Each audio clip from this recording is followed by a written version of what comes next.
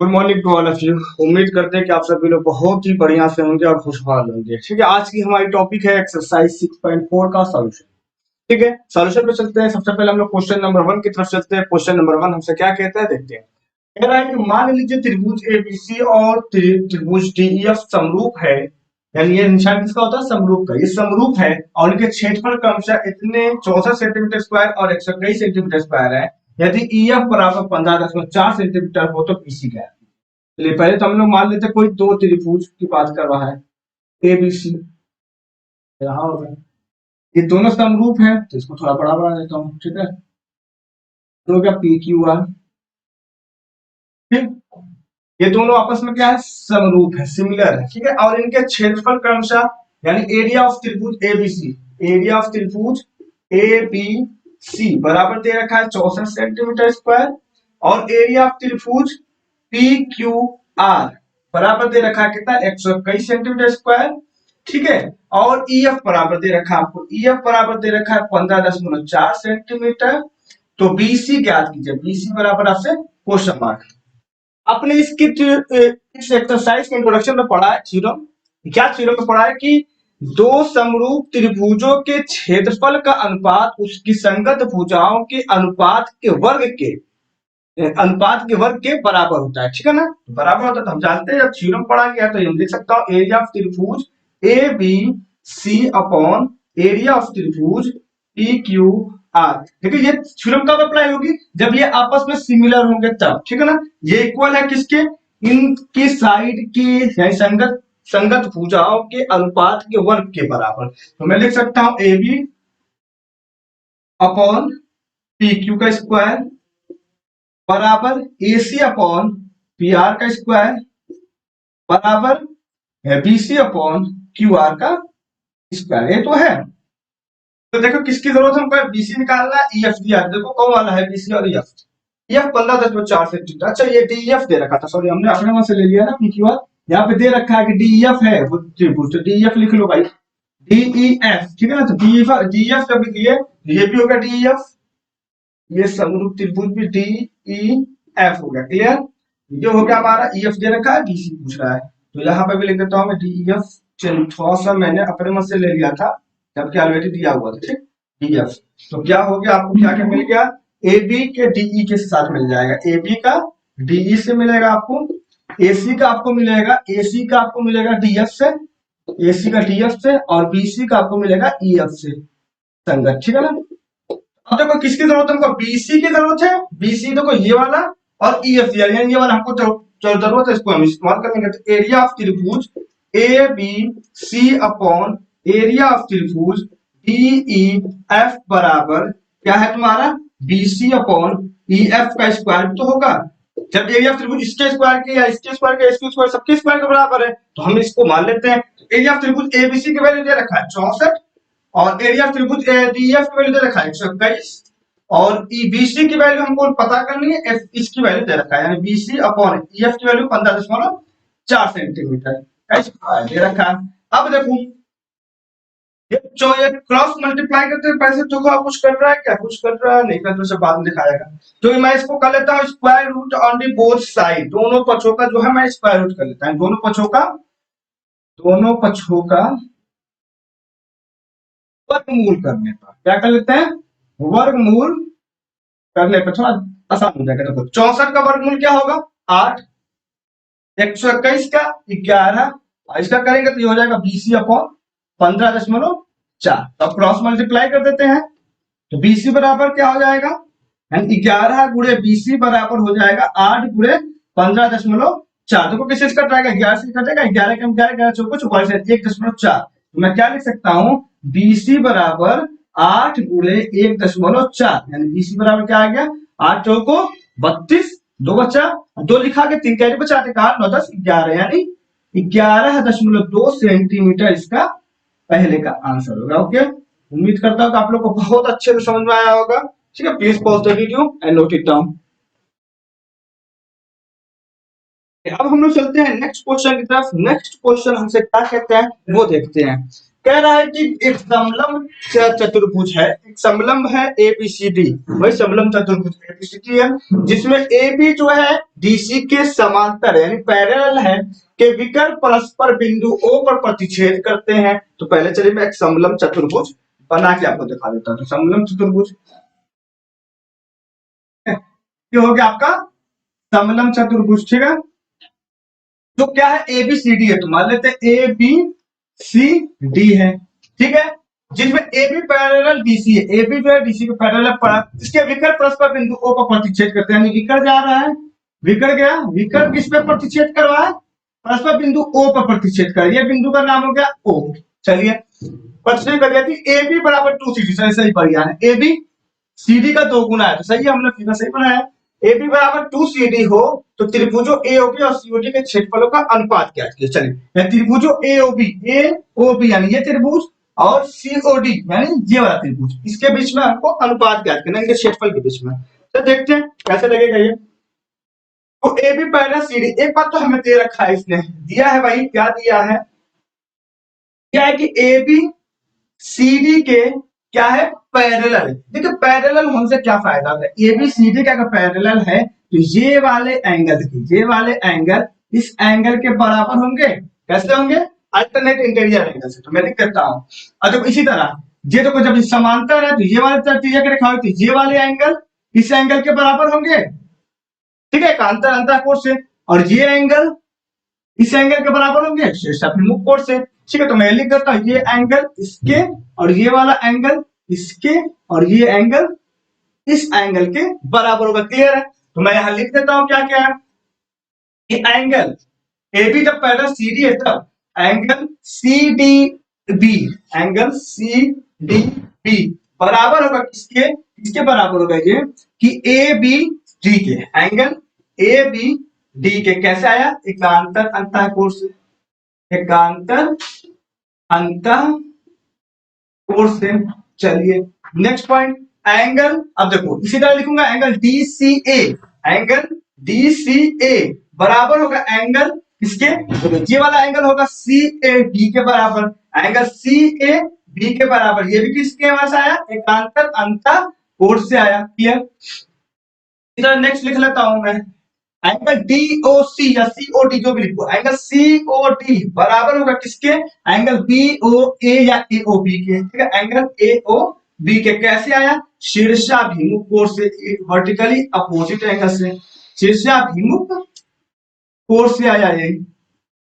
अब आप क्या देख रहे हो, जब ये एंगल इस एंगल के, ये एंगल इस एंगल के, ये एंगल इस एंगल के बराबर हो गया, तो ये दोनों त्रिभुज को मैं सिमिलर समरूप कह सकता हूं कि नहीं कह सकता हूं, ऑफ कोर्स कह सकता हूं, कैसे, एंगल एंगल एंगल समरूपता नियम से। तो मैं लिख देता हूं क्या लिख सकता हूं, तब त्रिभुज AOB, क्या लिख देता हूं, AOB जो है समरूप होगा त्रिभुज किसके, देखो एक किसके समरूप वो था, C के, याद रखना लिखते समय बहुत ध्यान देना, ऐसे नहीं जो AOB COD के बराबर ना, अब मतलब एक ध्यान भी देना पड़ेगा, A C के समरूप है, असंगत है, संगत तो C लिखूंगा, O OE के है तो O की संगत तो O लिखूंगा, फिर B किसका संगत है, D के, तो COD, तब लिखूंगा एंगल त्रिभुज AOB त्रिभुज COD के समरूप, कैसे आया, लिख दूंगा कोण कोण कोण समरूपता नियम, यानी मैं ऐसे लिख देता हूं एंगल एंगल एंगल समरूपता नियम, आप हिंदी में लिखना चाहो तो कोण कोण को, ठीक है, समरूपता नियम से ये बात आई। ये पता कर लिया मैंने, इससे क्या फायदा होगा, मैं अभी आपको लॉजिक, इससे क्या फायदा होगा, मुझे चाहिए क्या, इसका अनुपात चाहिए, इनके क्षेत्रफलों का क्या चाहिए, मुझे अनुपात चाहिए। अब ये समरूप हो गए, ठीक है, समरूप हो गए, तो अब क्या होगा कि ये साइड और ये साइड के अनुपात, जो जब इसका एरिया निकालूंगा, इन दोनों का एरिया निकालूंगा, उस एरिया का अनुपात संगत भुजाओं के अनुपात के वर्ग के बराबर होता है। मुझे ये वाली साइड के बीच में कुछ काम करना था तो काम कर सकता हूँ।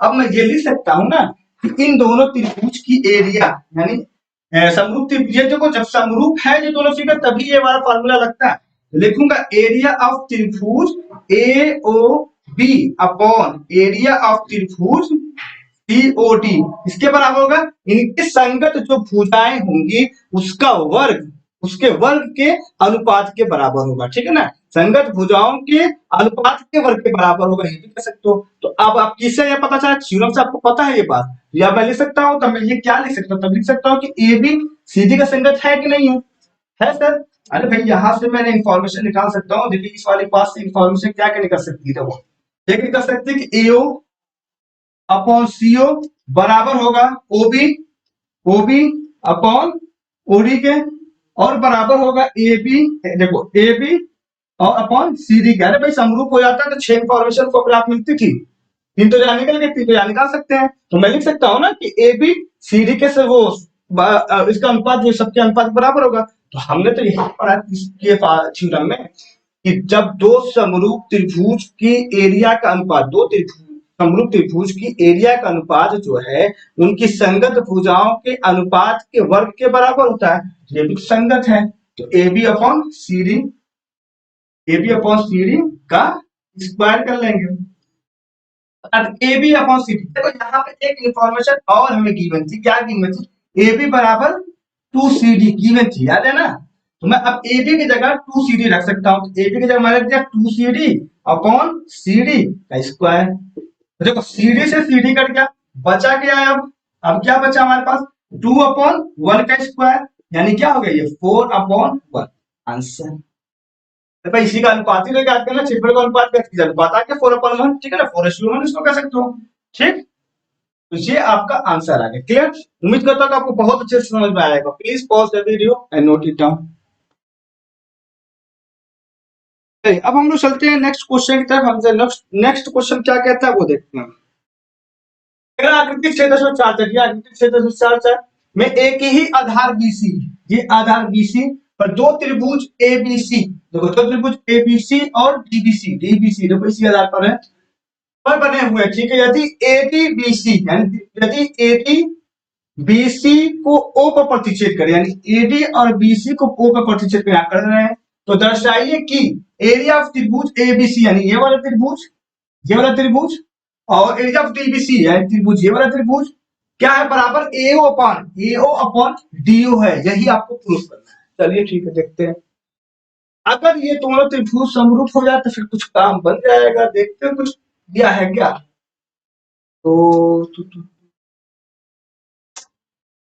कोई इंफॉर्मेशन तो दे नहीं रखा है, सिमिलर से भी कुछ नहीं होगा हमारा। तो इसमें हम लोग क्या देख रहे हैं कि कोई भी हमको इसमें जो है कंडीशन दिया हुआ नहीं, ना साइड्स का कोई साइड से संबंध दे रहा है, ना एंगल से कुछ पता चल रहा है, ठीक है। तो हम लोग क्या करेंगे, तब ये जब समरूप नहीं मिल रहा तो हम कुछ और ट्राई करेंगे।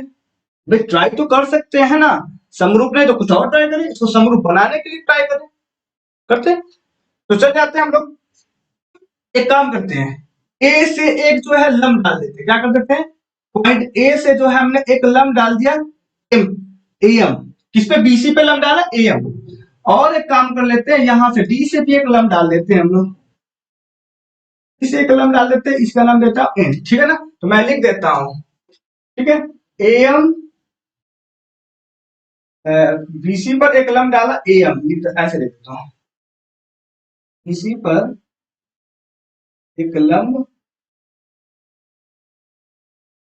एम, एम तथा इसी बीसी पे जो है डीएन लंब भी डाला मैंने, डीएन टीचर। जब लंब डाला ये 90 डिग्री बनेगा, चलने का नहीं बनेगा, क्लियर है, वहां भी 90 यहाँ भी 90 डिग्री। यानी इसको अगर सिंबल से दर्शाना हो तो सिंबल से दर्शा सकते हो आप कि ये क्या दर्शा सकते हो कि एम लंब है, एम लंब है किसके, बीसी के, एंड डीएन लंब है किसके, बीसी के। सिंबल इस तरह दर्शा सकते हो, खींचा, ठीक है, ये खींच लिया।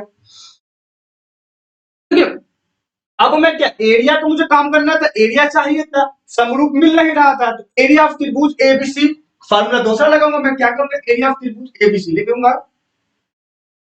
ठीक है, लिखूंगा क्या, एरिया ऑफ त्रिभुज A B C upon area of त्रिभुज डी बी सी, यही तो निकालना है। तो एबीसी त्रिभुज को मैं ये नहीं लिख सकता, half base into height, base into height.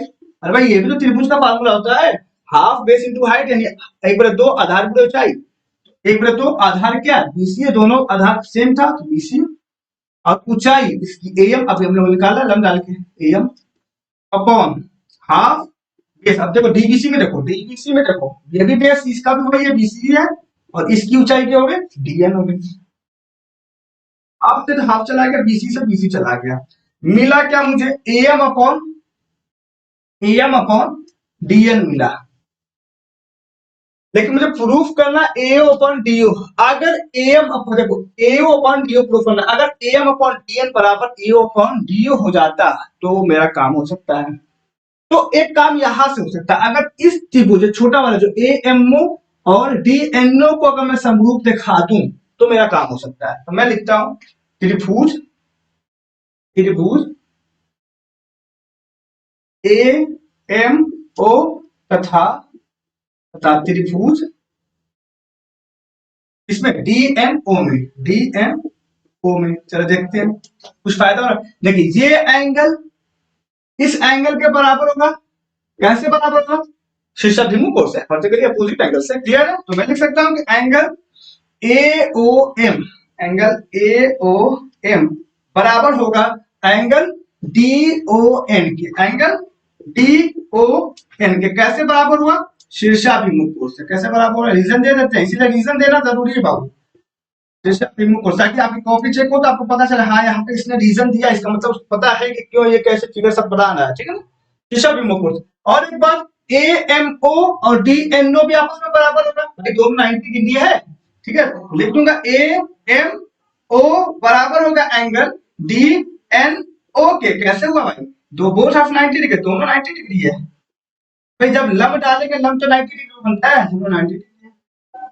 अब क्या, तब मैं एंगल एंगल समरूपता नियम से इन दोनों त्रिभुज को मैं समरूप नहीं बता सकता, फोर्स बता सकता हूं। तो मैं लिख दूंगा भाई एंगल एंगल, या लिख देता हूं, यहाँ पे लिख देता हूं त्रिभुज A M O, A M O समरूप है त्रिभुज किसके, डी एन ओ के। तो यहाँ पे ध्यान देना, ए एम ओ लिखा हो ना, ए का संगत डी है, बचा तो ऐसा डी, एम का संगत कौन है, एन है तो एन लिखूंगा, और ओ का संगत ओ ही है तो ओ लिखूंगा, डी एन ओ। कैसे आई ये बात, कहां से आई, मैं लिख दूंगा एंगल एंगल समरूपता नियम से। भाई चार नियम हम समरूप होने के पड़े हैं समरूपता नियम से।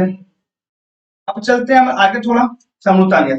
अब ये जब पता चल गया, इससे कुछ इन्फॉर्मेशन आप पता कर सकते हो। अब इससे ये इन्फॉर्मेशन और आपको मिल सकती है कि एम अपॉन, देखिए भाई एम अपॉन डीएन, एक पता ये चल सकता है आपको, बराबर होगा ये MO upon NO, MO upon NO बराबर होगा एओ अपॉन डीओ के, एओ अपॉन डीओ के, ठीक है।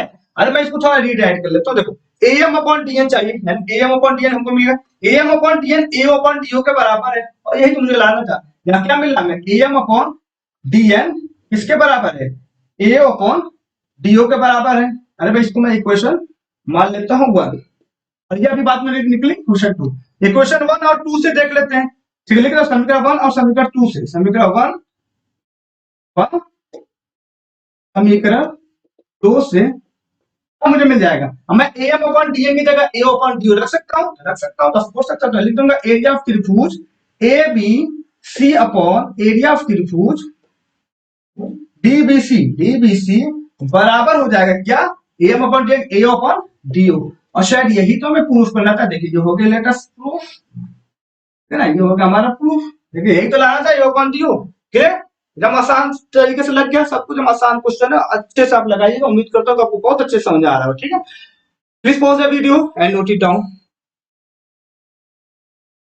चलिए अब हम लोग चलते हैं नेक्स्ट क्वेश्चन की तरफ। क्वेश्चन नंबर 4 हमसे क्या कहता है, बहुत आसान क्वेश्चन है, लेकिन अच्छे क्वेश्चन है, इसमें सारे क्वेश्चन बहुत अच्छे हैं, आप इसकी तैयारी जरूर करें।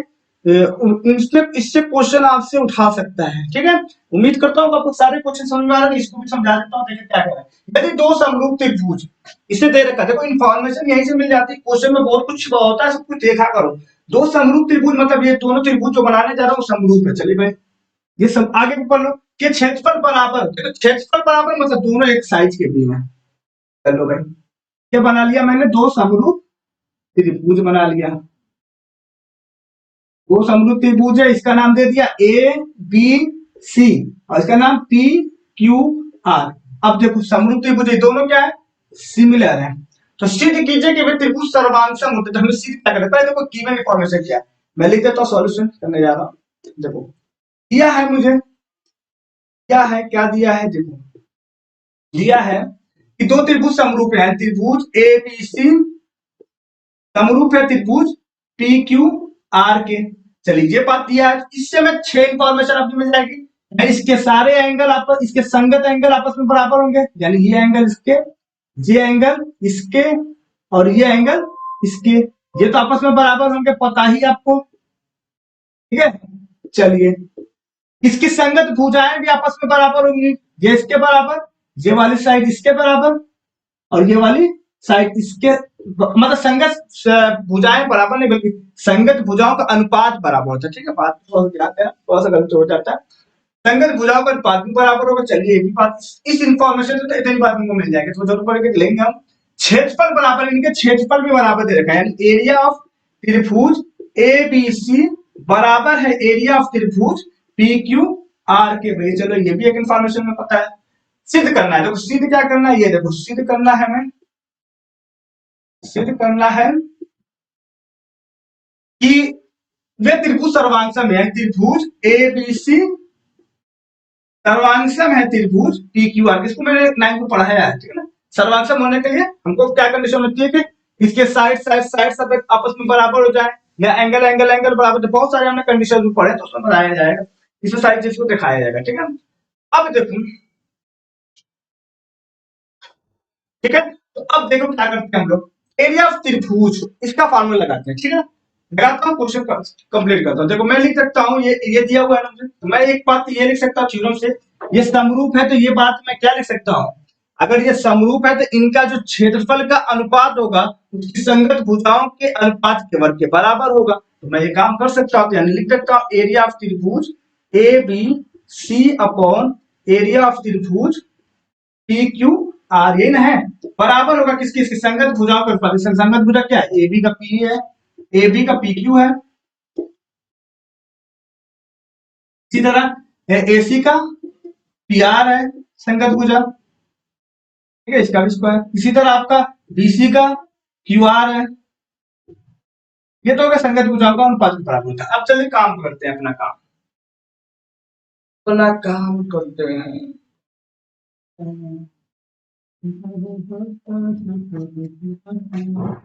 इससे तो एक चीज हमको पता चल रही है, देखो क्या, इससे तो बहुत कुछ पता चलने वाला है। देखो क्या पता चलेगा, एरिया ऑफ त्रिभुज एबीसी भी मैं रख सकता हूँ, पी क्यू आर रख सकता हूँ ना, तो एरिया ऑफ त्रिभुज पी क्यू आर आपस में बराबर है, तो ये लिख सकता हूँ मैं, तो ये भी एरिया ऑफ त्रिभुज पी क्यू आर हो गया। ये बराबर होगा अगर A B upon P Q के, A B upon P Q के स्क्वायर का। ठीक है, तो इससे ये कट गया, क्लियर, ये तो कट जाएगा, तो हो जाएगा 1, तो ए वन बराबर A B upon P Q का स्क्वायर।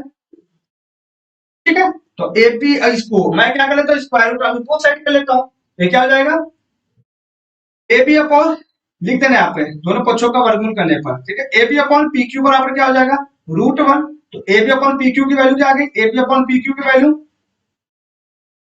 रूट को जब हम तोड़ खोलते हैं तो ये प्लस माइनस वन दोनों आएगा, प्लस साइन भी माइनस साइन भी, ठीक है ना, प्लस माइनस 1। ठीक है, लेकिन यहाँ पे हमारे प्लस के काम में क्योंकि लाइन है, ठीक है, तो याद रखना ये चीज 12 में आपको काम है। तो A B upon P Q होगा, तो ए बी बराबर क्या आपको पता चल गया, ए बी बराबर पी क्यू पता चल गया, एक चीज तो आपको पता चल गया, यानी ए बी पी क्यू के बराबर है, एक चीज पता चल गया। इसी तरह सेम इसी तरह मैं इसको पता कर लूंगा, सिमिलर इसी प्रकार लिख देता हूँ, इसी प्रकार आप कर लेना बढ़िया से। इसी प्रकार आप क्या कर सकते हो, सेम इसी तरह अब ये वाला ले लूंगा यहाँ पर, तो ये पता चल जाएगा मुझे कि ए सी बराबर पी आर, और इसी तरह मुझे ये भी पता चल, ये वाला जब लूंगा तो ये पता चल जाएगा बी सी बराबर क्यू आर, सेम इसी तरह पता चल गया।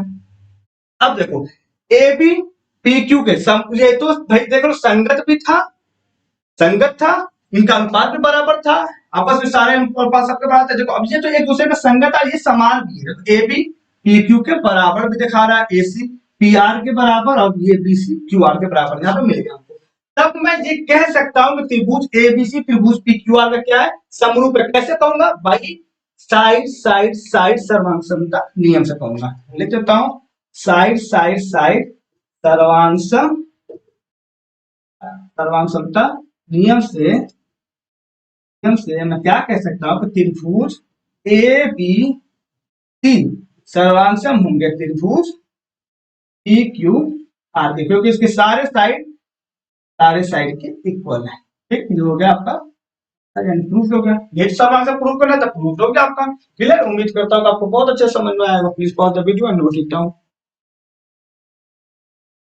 अब हम लोग चलते हैं नेक्स्ट क्वेश्चन की तरफ। क्वेश्चन नंबर 5 हमसे क्या कहता है देखते हैं। बहुत अच्छा क्वेश्चन है, ठीक है। आप इस तरह बहुत अच्छे तैयारी करिएगा इसकी।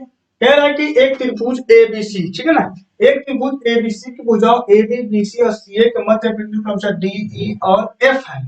ठीक है, तो चलिए पहले बना लेते हैं त्रिभुज एबीसी बना लेता हूँ। त्रिभुज एबीसी, ये हो गया त्रिभुज एबीसी। क्लियर।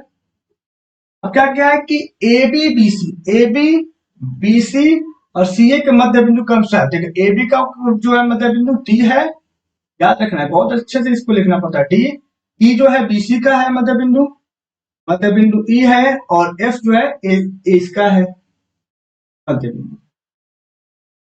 बिंदु है। तो इसको मैं मिला लेता हूँ, मिलाने पे बन गया मेरा ये पूरा थोड़ा सा,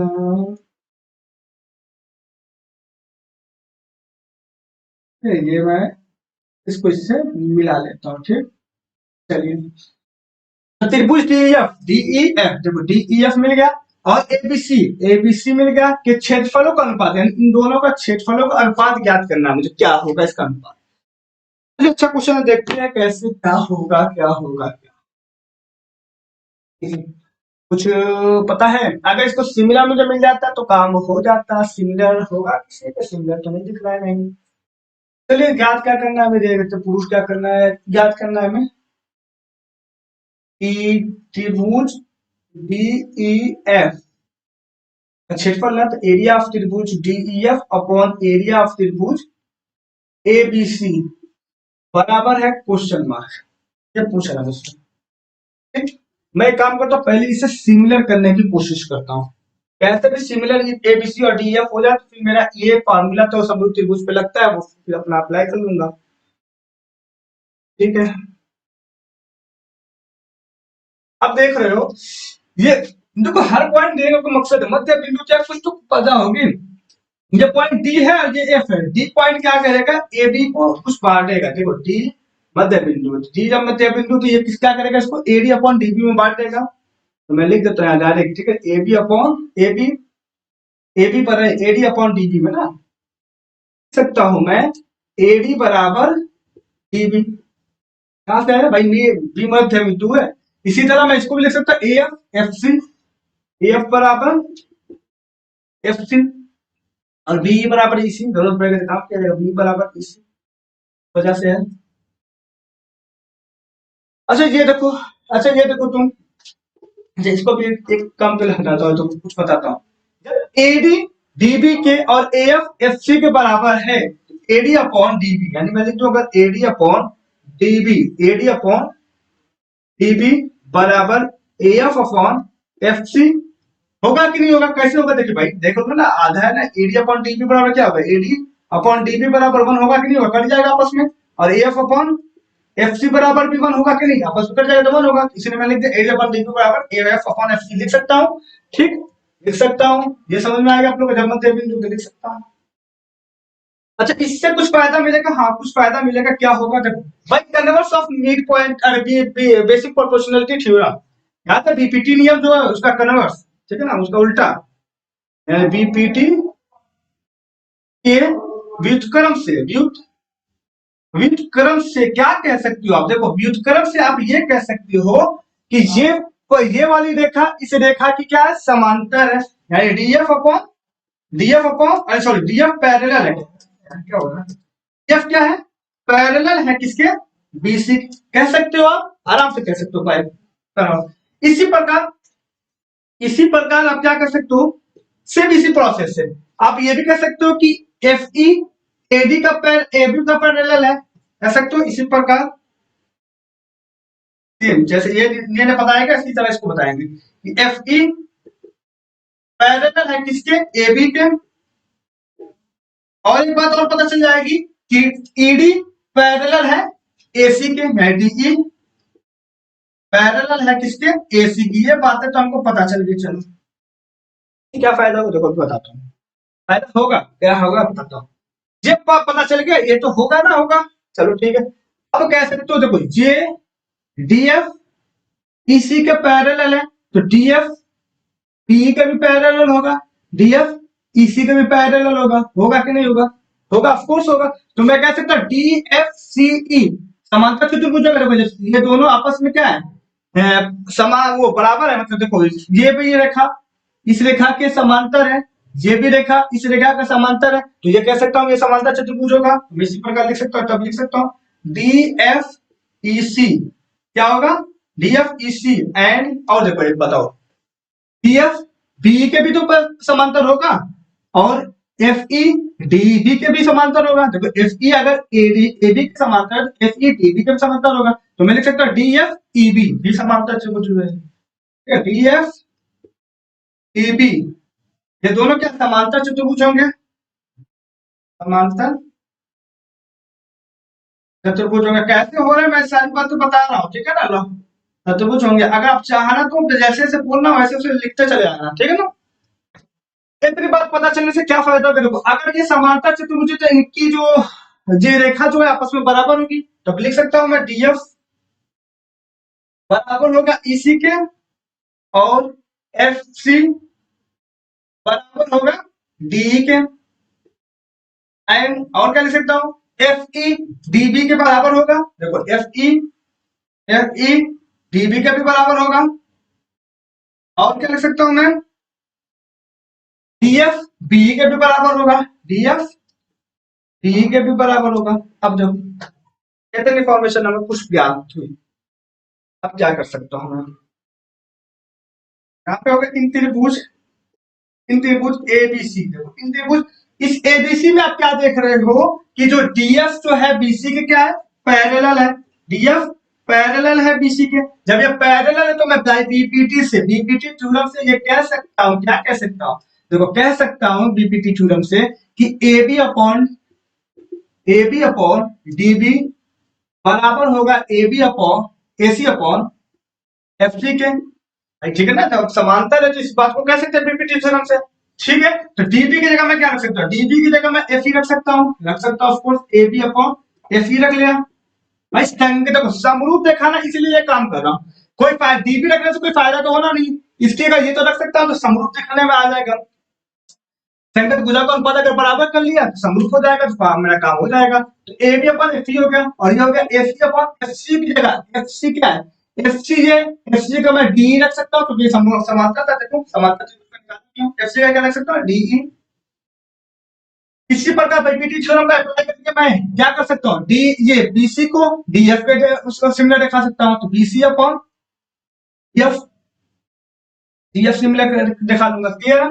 तो ये मुझे पता चल गया, इस ये जब पता चल गया तो ये क्या कर सकता हूँ कि साइड, ये साइड इसकी संगत है, ये साइड इसकी संगत, और ये साइड इसकी संगत हो गई, इनका अनुपात आपस में बराबर है, तो मैं कह सकता हूँ भाई साइड साइड साइड समरूपता नियम से, समरूपता नियम से क्या कह सकता हूँ, देखो आसान नियम से क्या कह सकता हूँ कि त्रिभुज होगा, त्रिभुज देखो लिख सकता हूँ कि त्रिभुज ए बी सी, त्रिभुज A B C, A B C similar है त्रिभुज किसके, त्रिभुज के ए बी, ऐसे कहा था एफ ई बी के, समरूप हुआ भाई। जब ये समरूप हो गया तो मैं कर सकता हूँ कि तब इसको मैं ये भी लिख सकता हूँ, तो त्रिभुज टी ई एफ, क्या लिख सकता हूँ त्रिभुज टी ई एफ, भाई समरूप है तो इसको रीराइट भी कर सकता है, त्रिभुज डी ई एफ किसका सिमिलर होगा, देखो किसका सिमिलर होगा, डी किसके समांतर ए सी, तो लिख सकता हूँ ए सी बी के,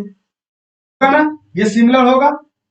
इससे क्या इन्फॉर्मेशन मुझे मिल सकती है, देखो यहां से इन्फॉर्मेशन मैं निकाल सकता हूँ क्या, D E upon A C बराबर होगा E F upon C B बराबर होगा D F upon A B के। कितने बच्चे यहीं पे कर देंगे, गड़बड़ा जाएंगे कुछ, तो देखो क्या लिखूंगा, अब हमको निकाला है इनका अनुपात, एरिया ऑफ त्रिभुज डी एफ और एबीसी का, तो मैं लिख दूंगा एरिया ऑफ त्रिभुज D E F upon area of त्रिभुज एबीसी, जो भी हो, ठीक है, का अनुपात क्या होगा, देखो क्या होगा ये लिखेंगे, ठीक है। ये देखो D F A C B के क्या है, मैंने सिमिलर कर लिया तो ये चीज लिख देता हूँ, ठीक है। तो D E upon A C बराबर E F upon C B बराबर, सी बी लिखो चाहे बी सी लिखो, बात एक ही है, कोई दिक्कत नहीं है, BC लिखो बराबर होगा DF अपॉन AB के स्क्वायर के बराबर होगा। याद है ना थ्योरम क्या बोलता था कि समरूप त्रिभुज के क्षेत्रफलों का अनुपात उनके संगत भुजाओं के अनुपात के वर्ग के बराबर होता है। ठीक है, तो मैं एरिया ऑफ त्रिभुज DF निकाल रहा हूं, एरिया ऑफ त्रिभुज DEF अपॉन एरिया ऑफ त्रिभुज ABC बराबर क्या होगा, मैं लेता हूं DE अपॉन AC, तो DE अपॉन AC के स्क्वायर के बराबर। डी क्या है, देखो डी क्या आपका, डी ये है और एसी क्या है, एसी ये है। तो एसी को मैं क्या एफ अपॉन एफ सी लिख सकता हूँ, आधा आधा है, तो मैं क्या डीई जो है डीई को एफ सी के बराबर है, तो यहां से पता चल रहा आपको डीई किसके बराबर था, एफ सी के बराबर था। डी एफ सी के बराबर है और एसी टू एफ सी के बराबर, क्योंकि ये आधा आधा है तो मैं एसी को टू एफ सी लिख सकता हूँ ऑफकोर्स, और डीई को एफ सी कहां से आया ये बात, ये समांतर चतुर्भुज होने की वजह से आया एफ सी के बराबर। ये दो इन्फॉर्मेशन यहाँ पता ही हमको, यहां से निकाल ले, तो यहां मैं लिख देता हूँ डीई की जगह क्या रख सकता हूँ, डीई की जगह एफ सी हो गया और एसी की जगह टू एफ सी रख सकता हूँ, एफ सी का स्क्वायर। अब देखो एफ सी से एफ सी चला गया, बचा क्या 1/2 का स्क्वायर, और 1/2 का स्क्वायर यानी कितना आ गया 1/4, कितना आ गया एरिया ऑफ त्रिभुज DEF अपॉन एरिया ऑफ त्रिभुज ABC बराबर क्या है 1/4 यानी 1:4, आंसर आ गया। इसका अनुपात तो क्या करना, तो अनुपात कितना ज्ञात हो गया। ठीक है, बहुत अच्छा क्वेश्चन है, बहुत इंपॉर्टेंट क्वेश्चन है। ठीक है, इसे जरूर आप करिएगा। ठीक है, please pause the video and note it down, तैयार कर लीजिए। चलिए अब हम लोग चलते हैं नेक्स्ट क्वेश्चन तरफ। नेक्स्ट क्वेश्चन हमारा क्या है, क्वेश्चन नंबर 6। क्या हमसे कहता है कि सिद्ध कीजिए कि दो समरूप त्रिभुजों का क्षेत्रफल का अनुपात इनकी संगत माध्यिकाओं के अनुपात का वर्ग होता है। बहुत अच्छा क्वेश्चन है। हमने इस क्वेश्चन को याद है कि आपको इस तरह का ही कुछ इस तरह का ही हमने थ्योरम में किया है, थ्योरम में प्रूफ किया है, याद है ना, उसी तरह से उसी तरह यहाँ पे भी लगेगा। तो क्या करें, दो समरूप त्रिभुज दे रखा है, चलो मान लेते हैं एबीसी है और एक है PQR। क्या दिया रखा हमें, दो समरूप त्रिभुज एबीसी और PQR लिख लिया मैंने, ABC और PQR दे रखा कि ये दोनों सिमिलर है। दिया क्या है भाई, दिया है हमें, दिया है कि त्रिभुज ABC सिमिलर है त्रिभुज PQR के। आगे क्या बोला, इनकी संगत माध्यिकाओं क्षेत्रफलों का अनुपात इन संगत माध्यिकाओं के अनुपात के बराबर होगा, यानी माध्यिका भी होनी चाहिए। कैसे, तो मैं पॉइंट ए से एक माध्यिका डाल देता हूँ, किसी पे भी आप माध्यिका डाल दो काम वही होगा। ठीक है ना, माध्यिका डालो, तो माध्यिका क्या करती है, माध्यिका जाके अपने सामने वाली साइड को मध्य बिंदु पे काटती है, पता है ना, इसको मैं लिख देता हूँ एम। इसी तरह ये इससे एक डाल दिया मैंने माध्यिका, इसको मैंने मान लिया एन। क्लियर, ये हो गया, तो मैं लिख देता हूँ कि क्या है एम, माध्यिका डाली एम, दिख रहा क्या, तो बोला ही था।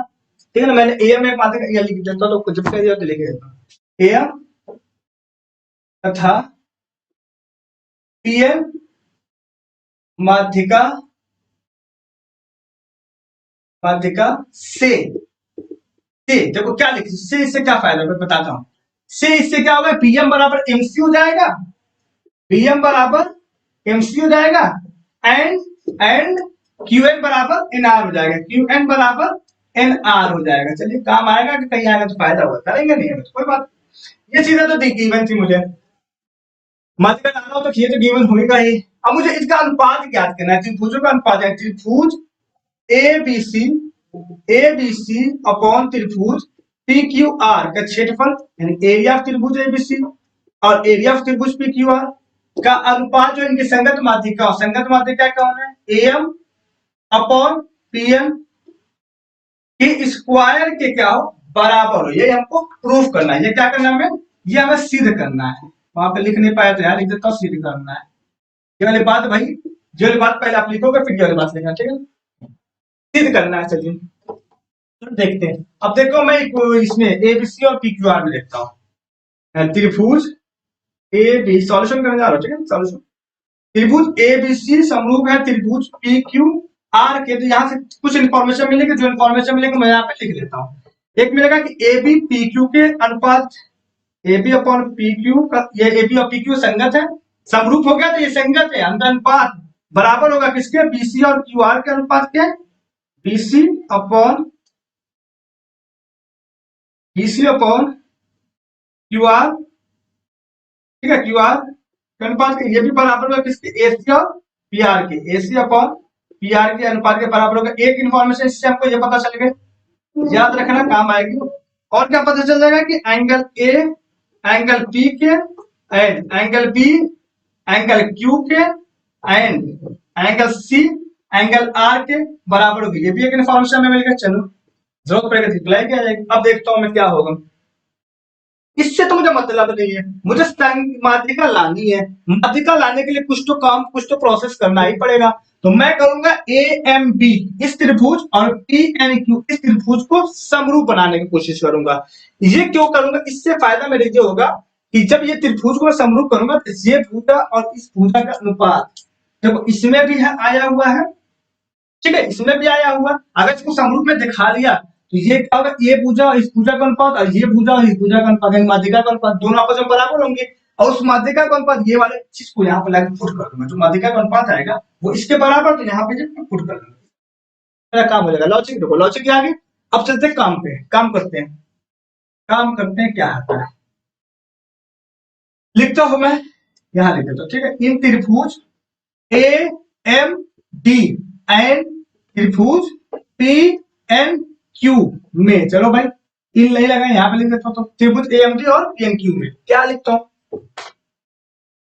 देखो क्या देख रहा हूँ कि ए बी तो P Q A B upon P Q का जो अनुपात है, A B upon P Q का अनुपात ये तो है, ये इक्वल किसके होगा, देखो बीसी अपॉन क्यू आर के अनुपात के बराबर है। बीसी अपॉन क्यू आर के अनुपात के बराबर। ये कहां से आई बात, ये समीकरण 1 से बात आई। देखो A B upon P Q BC upon Q R के, ये कहां से आई बात, ये समीकरण 1 से आई बात। अब देखो क्या क्या मैं ये नहीं लिख सकता, यहाँ पे थोड़ा लिखता हूँ, ठीक है, जगह वहां मिलेगी तो काम आएगा। A B upon P Q बराबर क्या बीसी का आधा और क्यू आर का आधा भी, इसका भी संगत का अनुपात आपस में इक्वल ही होगा। यानी A B upon P Q बराबर half BC upon half Q R. कर तो कोई दिक्कत, हाफ साफ करके वही बताओ।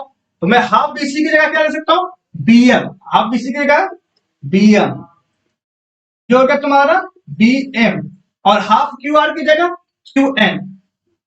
इसका संगत अनुपात आपस में क्या होगा, इक्वल होगा।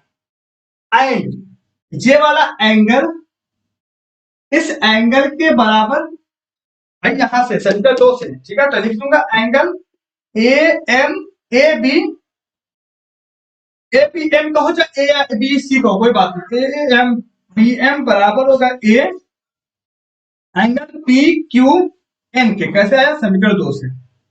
ये बात कहां से, समीकरण 2 से। भाई समीकरण 2 से क्या मतलब, यानी यहाँ ये इन्फॉर्मेशन थी, ये इन्फॉर्मेशन मैंने निकाला था। चलो अब इससे फायदा क्या होगा, देखो अब क्या हो रहा है कि side angle side angle side से मैं इस दोनों ये त्रिभुज और इस त्रिभुज को समरूप दिखा लिया। अब दिखा लिया तो मेरा काम हो गया। तो मैं क्या लिखूंगा, तो क्या लिख दूंगा, बाई साइड एंगल साइड समरूपता नियम से, समरूपता नियम से क्या मुझे मिला, नियम से कि सीए त्रिभुज, कौन सा त्रिभुज, ए बी, ठीक है, त्रिभुज ए बी एम, त्रिभुज ए बी एम समरूप है त्रिभुज पी क्यू एन के। क्लियर, जब ये इंफॉर्मेशन मिल गई तो फौराक से मैं एक बात कह सकता हूं कि A B upon P Q, A B upon P Q बराबर होगा B M upon Q N के, B M upon Q N के। ये भी बराबर होगा किसके, A M upon P N के, A M upon P N के। भाई चलो कुछ चीज आपको दिख रही होगी, देखो A B upon P Q A M upon P N के बराबर है। तो मैं यहाँ पे लिख लेता हूं, यहाँ पे लिख लेता हूं क्या, A B upon P Q बराबर है A M upon P N के। ये हो गया समीकरण 3। समीकरण 3, अभी समीकरण 3 की वैल्यू को मैं उठा के कहां रख देता हूं, समीकरण 1 में पुट कर देता हूं, कोई टेंशन नहीं। अब क्या होगा, देखो समीकरण 3 में मैं काम करता हूँ, मैं डायरेक्ट एरिया ही में पुट कर देता हूँ, यहाँ पे पुट करने के बजाय वहां यही भी कर देता हूँ। समीकरण 3 में, समीकरण 3 व 1 से, समीकरण 1 से तो क्या हो जाएगा, यहाँ पे पूरा यही वैल्यू उठा के मैं इसमें पुट कर रहा हूँ, ठीक है। तो A B upon P Q का क्या कर सकता हूँ मैं, A M upon P N लिख सकता हूँ, बराबर होगा B C upon Q R, बराबर होगा तुम्हारा A C upon P R, ये बराबर हो गए बात। अब इससे मेरा काम क्या होगा, फायदा क्या होगा, ये बताता हूँ मैं तुम्हें। जब मैं करता, अगर यहाँ नहीं भी लिखता एक बार ना, तो मैं यहाँ पे डायरेक्ट उसमें क्षेत्रफल वाले में डाल देता। तो मैं लिखूंगा एरिया ऑफ, मुझे तो ये पता करना है ना, एरिया ऑफ त्रिभुज ए बी सी। देखो ये नहीं पता करना है कि समूह त्रिभुज का क्षेत्रफल हो है, जिसकी दो समूह त्रिभुजों के क्षेत्रफलों का अनुपात संगत माध्यिका के अनुपात का वर्ग होता है। त्रिभुज एबीसी अपॉन, अरे एरिया ऑफ त्रिभुज एबीसी अपॉन एरिया ऑफ त्रिभुज पी क्यू आर बराबर होगा क्या, यही तो होता है, होगा क्या, यही तो होता है, A B upon P Q का स्क्वायर बराबर बीसी अपॉन क्यू आर का स्क्वायर। मुझको वो इन्फॉर्मेशन जो होती है मैं बस बोल दे रहा हूँ, बीसी अपॉन क्यू आर का स्क्वायर और सीधा एसी अपॉन पी आर के स्क्वायर के बराबर होगा। तो मुझे कोई एक का चाहिए तो कोई एक मिलेगा। क्योंकि इस वाले को क्यों लिया, क्योंकि मुझे इस वाले में कुछ रिलेटिव्स मिला है। इस वाले में क्या हुआ कि माध्यिका और भुजा के बीच में संबंध मिल गया, इसलिए मैं इस वाले को सिर्फ ले रहा हूँ।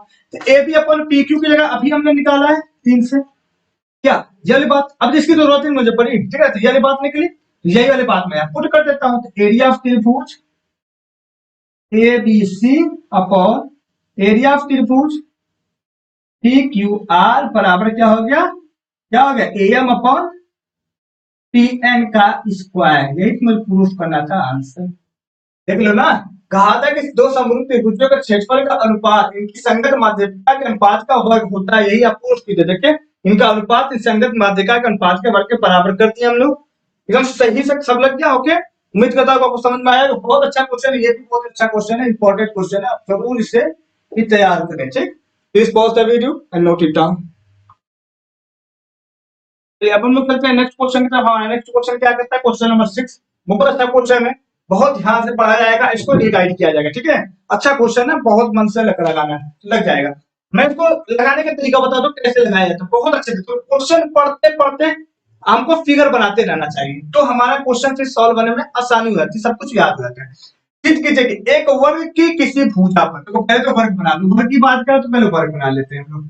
तो ये बन गया हमारा वर्ग, वर्ग बन गया। इस वर्ग की एक किसी भुजा पर, मैं वर्ग का एक नाम दे देता हूं, चलो ए बी सी और डी इसका नाम दे दिया। तो बनाएंगे समबाहु त्रिभुज के पर, यानी किसी भुजा पर कोई पे भी एक क्षेत्रफल एक समबाहु त्रिभुज बना दो। चलो मैं इस पे बना लेता हूँ, ठीक है, इस पे बना लिया एक समबाहु त्रिभुज।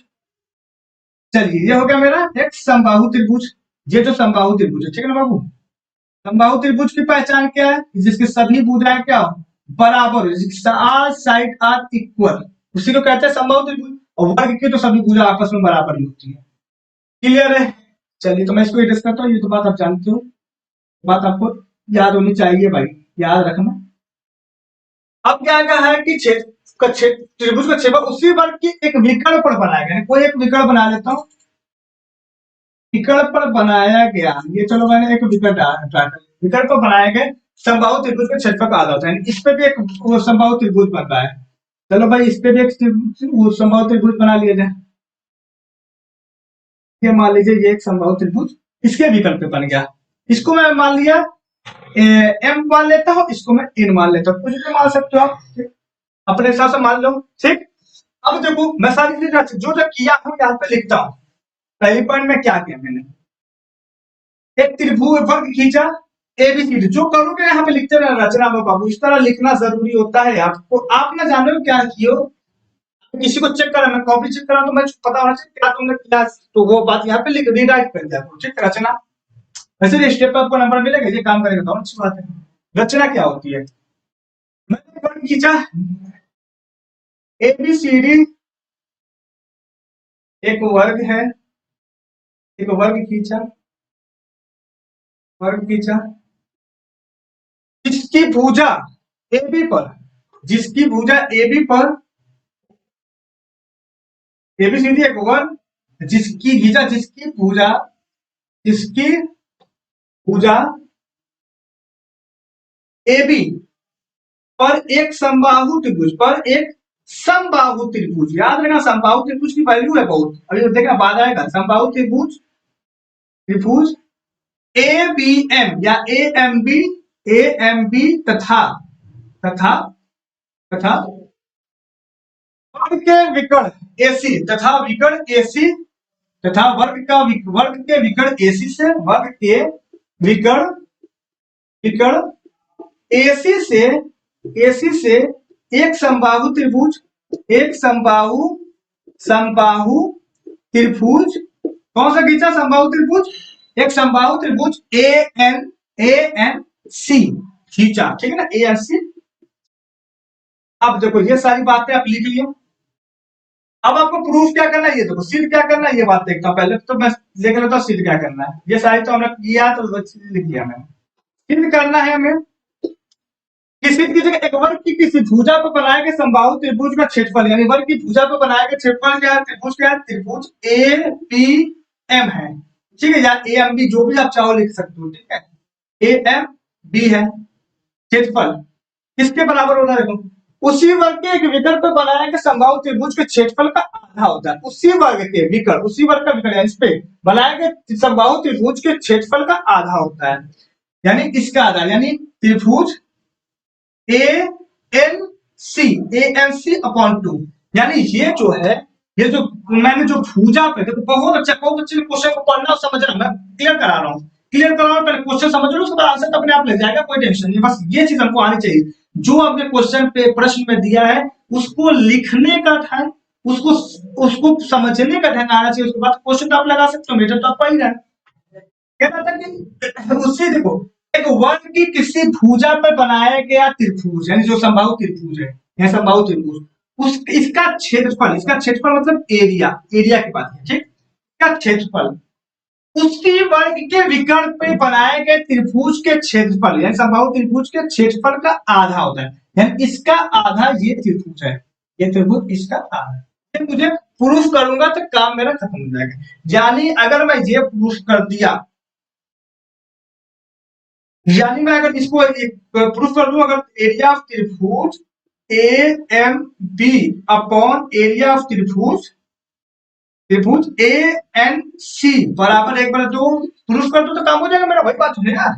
अरे इसको मैं क्रॉस मल्टीप्लाई करके इस तरह रीराइट कर लूं, ये प्रूफ कर दूं तो ये प्रूफ तो हो जाएगा अपने आप, क्लियर। आई चेक देखते हैं कैसे होगा। मैं काम करता हूँ, सॉल्यूशन करने जाता हूँ, देखते हो क्या क्या होगा। मैं वर्ग की सभी भुजाओं को मान लेता हूँ x, तो भाई वर्ग है, वर्ग की एक भुजा भी x मान, सभी भुजा x हो जाएगी, तो मैं लिख लेता हूं माना वर्ग की भुजा बराबर x, मीटर सेंटीमीटर कुछ मिला, x मात्रा, ठीक है। जब x है तो जो त्रिभुज के, ये जो भुजा पे बनने वाला जो समबाहु त्रिभुज था उसकी सभी भुजा x हो जाएगी, तो इसी प्रकार लिख देता हूं, इसी प्रकार भुजा पर बनने वाला समबाहु त्रिभुज, भुजा पर बनने वाली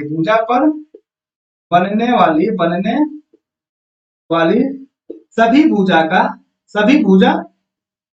ये क्या हो जाएगी, x हो जाएगी, क्लियर, x हो जाएगी।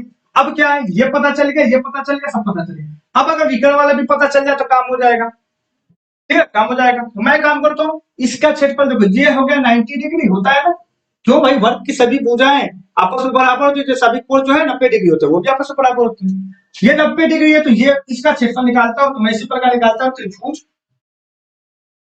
ANC की भुजाएं बराबर, भुजाएं क्या होगी, क्या होगी, देखो क्या होगी, क्योंकि देखो पाइथागोरस थ्योरम लग जाएगा कि नहीं लग जाएगा, यहाँ पे समकोण त्रिभुज है तो पाइथागोरस थ्योरम लग जाएगा, कर्ण का स्क्वायर बराबर लंब का स्क्वायर प्लस आधार का स्क्वायर, यानी AR का स्क्वायर, अरे AC का स्क्वायर, सॉरी AC का स्क्वायर बराबर x का स्क्वायर प्लस x का square, x square plus x square, यानी 2x स्क्वायर, यानी AC बराबर क्या हो गया, रूट 2x,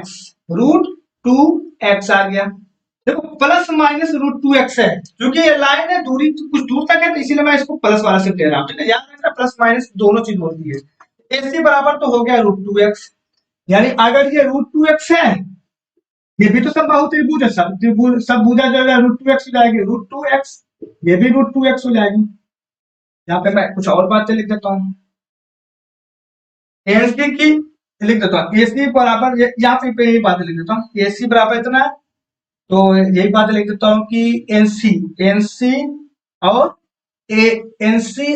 NA दोनों ये भी क्या हो जाएंगे, ये भी हो जाएंगे √2x। क्लियर है? अब देखो, अब क्या करता हूँ, इन दोनों का अनुपात मुझे ज्ञात करता हूँ, ये वाली चीज का प्रूफ करने आता हूँ। ठीक है, तो अब लिखता हूँ एरिया ऑफ त्रिभुज A M B upon area of त्रिभुज ए एन सी बराबर, अगर एलएचएस को आरएचएस के बराबर प्रूफ कर तो काम हो जाएगा मेरा। तो ए एम बी बराबर क्या होगा, देखो एरिया ऑफ त्रिभुज ए एम बी बराबर, याद रखा एक बात और याद रखा, ये चीज भी बहुत जरूरी है कि समबाहु त्रिभुज के क्षेत्रफल क्या होगा, फार्मूला पता होना चाहिए। समबाहु त्रिभुज त्रिभुज का क्षेत्रफल बराबर होता है √3/4 इंटू भुजा का स्क्वायर। याद रखना, भुजा का स्क्वायर बहुत अच्छे से याद रखना। तो यहाँ पे रख सकता हूँ मैं √3/4 गुणे भुजा, भुजा पहले ए एम बी त्रिभुज कौन है, ए एम बी ये है, इसकी भुजा एक्स एक्स एक्स है, तो एक्स का स्क्वायर अपॉन √3/4। एएनसी त्रिभुज कौन है, एएनसी ये है, इसकी भुजा क्या है √2 है, तो इंटू √2x का स्क्वायर, √2x का स्क्वायर, देखो √3/4 से √3/4 गया। अब देखो क्या हो जाएगा, x स्क्वायर अपॉन √2x का स्क्वायर मतलब 2x स्क्वायर, x स्क्वायर से x स्क्वायर क्या बचा क्या 1/2। और मुझे यही तो प्रूफ करना था एरिया ऑफ त्रिभुज। देखो भाई क्या करना था, ये यहाँ पे लिख देता हूँ मैं, यहाँ पे पहले बात लिख देता हूँ, अभी देखना एरिया ऑफ त्रिभुज A M B upon area of त्रिभुज ए एन सी बराबर क्या है 1/2। तो मैं इसको रीराइट कर देता हूँ, इस तरह कर देता हूँ, ये प्रूफ करना था मुझे, ये प्रूफ करना था, इस तरह रीराइट करके इसको मैं प्रूफ कर देता हूँ। लिख सकता हूँ कि एरिया ऑफ त्रिभुज ए एम बी बराबर हो जाएगा एरिया ऑफ त्रिभुज ए एन सी अपॉन 2। हो गया प्रूफ, हो गया प्रूफ, यही तो प्रूफ करना था, देखो प्रूफ हो गया, ये चीज आ गई, ये चीज प्रूफ कर लेता मैं। कभी कभी क्या होता है ना, एलएचएस को आरएचएस के बराबर डायरेक्ट लिखा दिया जाता है, कभी कभी इसको थोड़ा सा उल्टा यहाँ वहां करके इसको सॉल्व किया जाता है। देखो मैं अगर किया होता, देखो अगर ये बात ना करके मैं डायरेक्ट किया होता तब भी लग जाता, यहाँ पर क्या √3/4 एक्स स्क्वायर, यहाँ हो जाता √3/4 √3x का स्क्वायर, वहां से कट्टा पिट है, यहाँ से काट पिटे थे, खत्म हो जाता। तो यहाँ पे इसलिए हम लोगों को देखो क्या है कि इसको √3/4 दोनों को तो काट नहीं सकता, सही बात है, याद रखना एलएचएस आरएचएस को काट नहीं सकता था, इसलिए मैंने यहाँ पे रख दिया, यहाँ पे थोड़ा सा बड़े में वैल्यू आती है। अब इस तरह मुझे सॉल्व करना, आधा सॉल्व कराने में आसानी होगी, तो इस तरह मैंने सॉल्व करा लिया। ठीक, उम्मीद करता हूँ आपको बहुत अच्छे से समझ में आया होगा। ठीक है, इस तरह करिए, बहुत अच्छा नंबर मिलेगा। सब कुछ रचना वगैरह जरूर लिख लीजिएगा, ठीक है, क्योंकि एग्जामिनर हो सकता है, वैसे तो आपको नंबर सारे स्टेप बाय स्टेप आपको नंबर मिलेगा, अगर स्टेप आपका सही है तो नंबर मिल जाएगा मैथ में, ठीक है ना। तो इसलिए उम्मीद करता हूँ सब कुछ समझ आएगा। Please pause the video and note it down. बहुत अच्छा क्वेश्चन है, ये इंपॉर्टेंट क्वेश्चन है, इसको भी आप इंशाल्लाह करो, ये सब इंपॉर्टेंट क्वेश्चन है। मैं सोच रहा हूँ एक्सरसाइज 6.4 की आप अच्छे से तैयारी करिएगा, इससे क्वेश्चन उठा सकते हैं, ठीक है। Please pause the video. चलिए अब हम लोग नेक्स्ट क्वेश्चन की तरफ चलते हैं। क्वेश्चन नंबर 8 हमसे क्या कहता है वो देखते हैं। क्वेश्चन नंबर 8 कह रहा है कि एबीसी और बीडी दो समबाहु त्रिभुज इस प्रकार हैं कि डी भुजा बीसी का मध्य बिंदु है। त्रिभुजों एबीसी और बीडी के क्षेत्रफल का अनुपात ज्ञात कीजिए। चलो त्रिभुज एबीसी है, क्या है एबीसी, और डी भुजा जो है इसी के क्या मध्य बिंदु है, ठीक है। तो बीडीई एक बीडीई पॉइंट है, यानी ई भुजा भी है, ठीक है, अंदर भी ले सकते हो, कोई टेंशन नहीं है, ठीक है ना। बीडई ये दोनों क्या समबाहु त्रिभुज है। समबाहु त्रिभुज अगर मान लीजिए, अगर मैं ये मान लेता हूँ एक्स अगर लेता हूं तो ये भी एक्स होगा और ये भी पूरा एक्स होगा, यहां से पूरा यहां तक पूरा एक्स होगा। और जब ये पूरा एक्स है तो ये आप मध्य बिंदु है, तो ये वाली भुजा क्या होगी x/2 होगी, जब ये x/2 होगी ये भी x/2, ये भी x/2 होगी, क्योंकि समबाहु त्रिभुज है। ये भुजा एबीसी और बीडी के क्षेत्रफलों का अनुपात क्या है। बहुत आसान क्वेश्चन देखते हैं, पहले जो चीज हमें गिवन है वो चीज ले लेता हूँ। वैसे तो आपका ऑब्जेक्टिव क्वेश्चन है, डायरेक्ट लगा सकते हो, तो मैं ये बातों को जल्दी बताता हूँ। तो त्रिभुज एरिया ऑफ त्रिभुज A B C upon area of त्रिभुज बी डी ई, अगर ऐसे क्वेश्चन में कर देगा तो आप ये सारी बातें लिखना जो मैंने लिख दिया है, एक्स एक्स कहां से है, ये सारी बातें, ठीक है। हम समबाहु त्रिभुज के क्षेत्रफल का फार्मूला जानते हैं, क्या होता है समबाहु त्रिभुज का क्षेत्रफल बराबर होता है √3/4 इंटू भुजा का स्क्वायर, भुजा का स्क्वायर, याद रखना भुजा का स्क्वायर। यहाँ पे अपने पारा ये बात को नीचे लिख देता हूँ, कंफ्यूज ना हो, जब पीछे क्वेश्चन में कुछ वो चीज नहीं दिख रही थी। √3/4 इंटू भुजा का स्क्वायर होता है, ठीक है ना, साइड का स्क्वायर। तो मैं लिख देता हूँ √3/4 4। पहले देखो एबीसी, एबीसी भुजा कौन है, एक्स एक्स एक्स है, तो एक्स का स्क्वायर, ठीक है ना। अब देखो त्रिभुज बीडी, तो ये भी समबाहु है, तो ये भी √3/4 इंटू बीडी की भुजा क्या, x/2 x/2 x/2 है, तो x/2 का स्क्वायर, √3/4 तो √3/4 क्या बचा, क्या x² अपॉन 4, ये 4 ऊपर क्रॉस मल्टीप्लाई हो जाएगा, तो ये क्या जाएगा 4x² अपॉन x² से x² क्या बचा, क्या 4/1, यानी इसको क्या कर सकता हूं हम लोग 4:1 आंसर, यानी किसको क्या सही रहेगा 4:1 सही रहेगा। क्लियर, तो उम्मीद करता हूं आपको बहुत अच्छे समझ में आएगा। Please pause the video and note it down. अब हम लोग चलते हैं लास्ट क्वेश्चन, इस एक्सरसाइज की जो लास्ट क्वेश्चन है, क्वेश्चन नंबर 9 क्या कहता है देखते हैं। दो समरूप त्रिभुजों की भुजाएं 4:9 है, दो समरूप त्रिभुज है, मान लेते हैं दो समरूप त्रिभुज ए बी सी और पी क्यू आर है, समान नहीं है भाई, सब थोड़ा सा डिफरेंट है, ठीक है। इनकी त्रिभुजों के भुजाएं 4:9 है, समरूप त्रिभुजों की भुजाएं 4:9 के अनुपात में है, इन त्रिभुजों के क्षेत्रफल का अनुपात क्या होगा, सिंपल सा क्वेश्चन है। हम जानते हैं एरिया ऑफ त्रिभुज, मैं इसे लिख देता हूं, एरिया ऑफ त्रिभुज A B C upon area of त्रिभुज पी क्यू आर बराबर क्या होगा। अगर ये सिमिलर है तो इनके क्षेत्रफल का अनुपात इनकी संगत भुजाओं के अनुपात के वर्ग के बराबर होता है, जानते हैं हम लोग। तो मैं लिख दूं, अगर इस ये बात तो होती है A B upon P Q का स्क्वायर बराबर AC अपॉन PR का स्क्वायर बराबर होगा BC अपॉन UR के स्क्वायर के बराबर। अरे भाई इनका संगत समरूप त्रिभुज भुजाओं 4:9 के अनुपात में इसने दे रखा है, तो हमको टेंशन ही क्या है, एरिया ऑफ त्रिभुज ABC अपॉन एरिया ऑफ त्रिभुज PQR बराबर क्या हो जाएगा 4/9 का स्क्वायर हो जाएगा। चार चौको 16, 16/81, यानी कितना आ गया हमारे पास 16:81, क्या रहेगा आंसर हमारा 16:81, ये चौथा ऑप्शन आपका सही। ठीक है, उम्मीद करता हूं आपको बहुत अच्छे से समझ में आएगा, सारा क्वेश्चन आपको बहुत अच्छे से डिटेल्स में समझ में आएगा। कहीं भी कोई डाउट हो तो हमसे कमेंट बॉक्स में कमेंट करके जरूर पूछें, और अगर हमारे चैनल को आपने सब्सक्राइब नहीं किया है तो चैनल को सब्सक्राइब करें और लाइक करके हमारे हौसला अफजाई करें। ठीक है, please pause the video and note it down.